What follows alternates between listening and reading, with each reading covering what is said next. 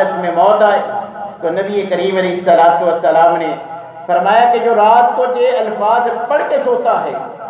اگر اسی رات وہ فوت ہو جاتا ہے، اس کی موت فطرت پہ ہوگی، اسلام پہ ہوگی، اور یہ الفاظ جو پڑھ کے سویا تھا اسی رات اگر فوت ہو گیا تو یہ الفاظ پڑھنے کی وجہ سے، اس وظیفے کرنے کی وجہ سے اللہ تبارک و تعالیٰ اس کو جنت میں داخلہ نصیب فرمائیں گے۔ اگر اللہ اگلے دن اس کو زندگی بخش دیتے ہیں تو اگلا دن اس کے لیے خیر و برکت کا باعث ہوگا، اللہ نقصان سے محفوظ رکھیں گے۔ وہ الفاظ نبی صلی اللہ علیہ وسلم نے جو ہمیں سکھلائے، وہ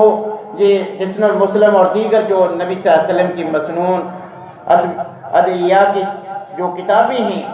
ان تمام میں یہ الفاظ موجود ہیں کہ اللہم اسلمت نفسی الیک ووجہت وجہی الیک وفوضت امری الیک والجأت ظہری الیک رغبتا ورحمتا الیک لا ملجا ولا منجا منک الا الیک آمنت بکتابک الذی انزلت ونبیک الذی ارسلت۔